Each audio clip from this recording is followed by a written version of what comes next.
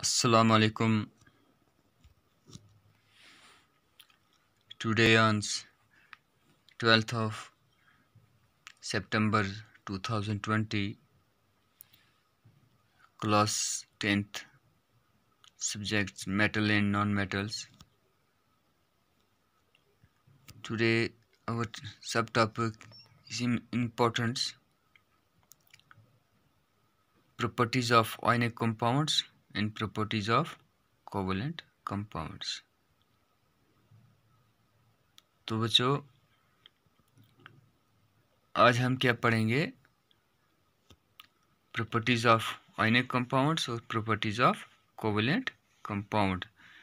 कल के लेसन में हमने पढ़ा था आयनिक कंपाउंड्स क्या होते हैं, जो आयनिक्स बॉन्ड क्या होती हैं, कोवेलेंट बॉन्ड्स क्या होती हैं। तो आज हम इनकी प्रॉपर्टीज पढ़ेंगे और इनके बीच में डिफरेंशिएट करने की भी कोशिश करेंगे। इंपॉर्टेंट क्वेश्चन है हमारा, what are the properties of ionic compounds? The properties of ionic compounds are: number 1, ionic compounds are usually crystalline solid. Ionic compounds जो होते हैं ये अक्सर क्रिस्टलाइन सॉलिड यानी सॉलिड शक्ल में होते हैं, just like sodium chloride. Sodium chloride जो है ये एक आयनिक कंपाउंड है और इसकी शक्ल क्या है? Crystalline solid. जैसे आपने नमक को देखा होगा, पिसा हुआ नहीं, दूसरा नमक चमकीला होता है। Number 2, they have high melting and boiling point. They have high melting points and boiling points.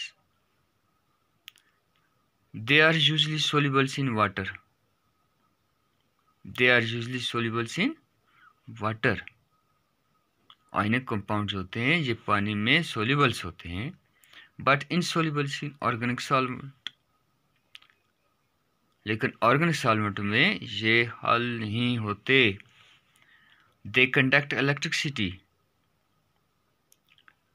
Ionic compounds conduct electricity when dissolved in water और व्हेन मेल्टेड। आयनिक कंपाउंड्स बिजली का मुवासल हैं, इससे बिजली गुजरती है।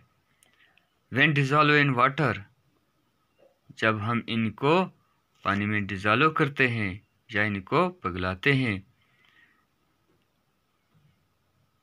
ये प्रॉपर्टीज थी आयनिक्स कंपाउंड की।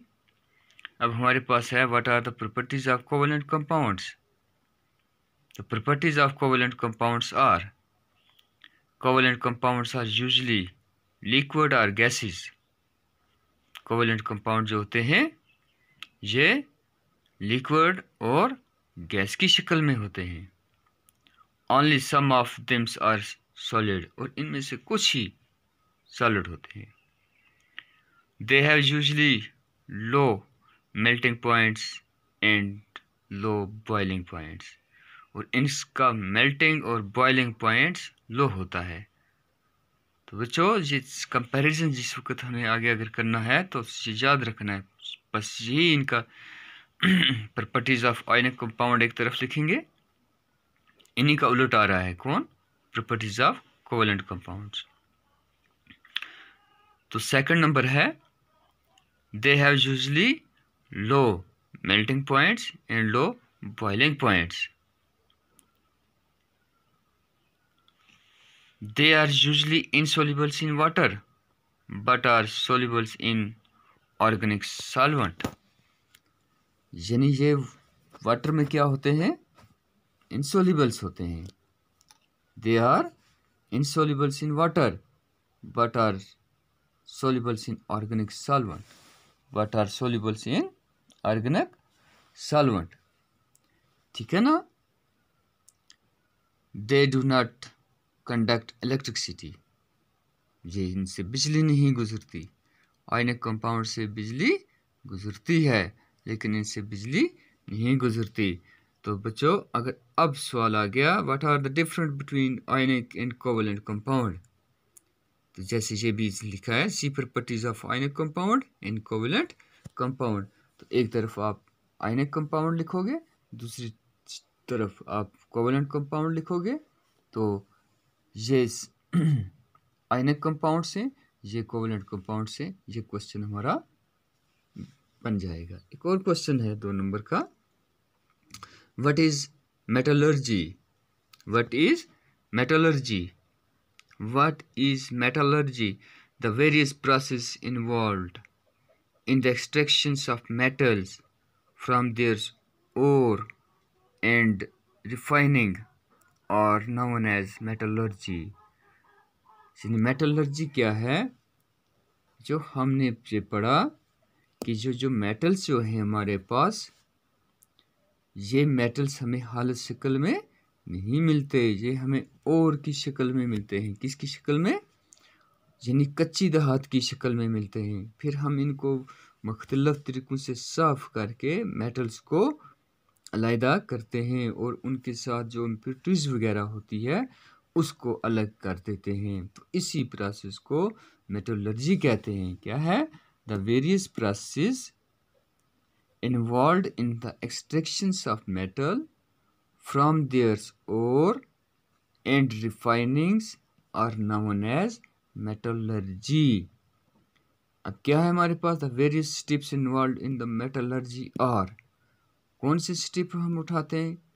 Concentrations of ore, concentrations of ore, enrichment of ore, ये याद रखना है, कंसंट्रेशंस ऑफ ओर।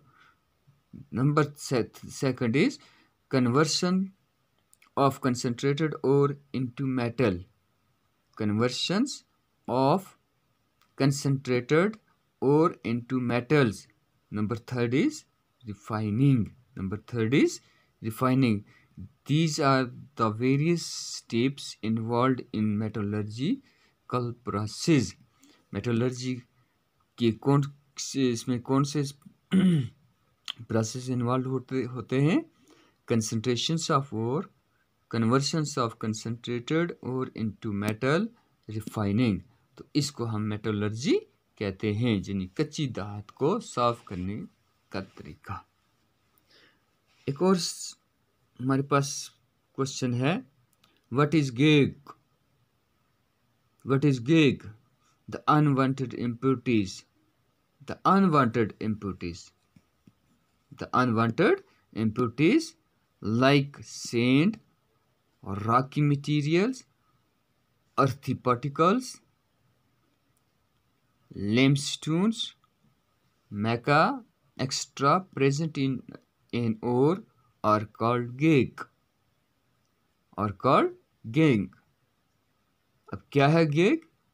यानी जो अनवांटेड इम्प्योरिटीज हो, गैर ज़रूरी चीज़, जैसा कि रेत, राकी मटीरियल, फिर क्या है जी, अर्थी पार्टिकल्स, मिट्टी वगैरह, चूना, मैका, जो किसी मेटल के साथ हो उसी को गेग कहा जाता है। जो अनवांटेड चीज़ हो, जिसकी हमें ज़रूरत ना हो, ठीक है ना, उसको गेग कहा जाता है। What is calcination? What is calcination? अब कॉल्सिनेशन जो है ये एक प्रोसेस है, जिस प्रोसेस के ज़रिए हम कार्बन्स ओर को हीट करते हैं हवा की गैर मौजूदगी में, हवा की गैर मौजूदगी में, और उसको कन्वर्ट करते हैं हम किस में? मेटल ऑक्साइड में। किस में? मेटल ऑक्साइड में। तो इस अमल को कैल्सिनेशंस कहते हैं। It is the process, it is the process in which a carbons ore is heated strongly, carbon ore को स्ट्रांगली हीट किया जाता है in the absence of air, हवा की गैर मौजूदगी में, to convert into metal oxide, और इसको हम मेटल ऑक्साइड में कन्वर्ट करते हैं। इसी अमल को कैल्सिनेशंस कहते हैं। For example zinc carbonate, zinc carbonate, जिस वक्त हम इसको हीट करेंगे, क्या करेंगे?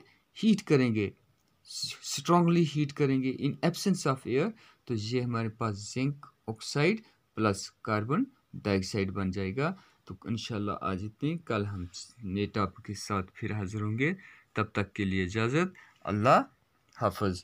तो बच्चों, ये इम्पॉर्टेंट क्वेश्चन है, इनको याद करना है।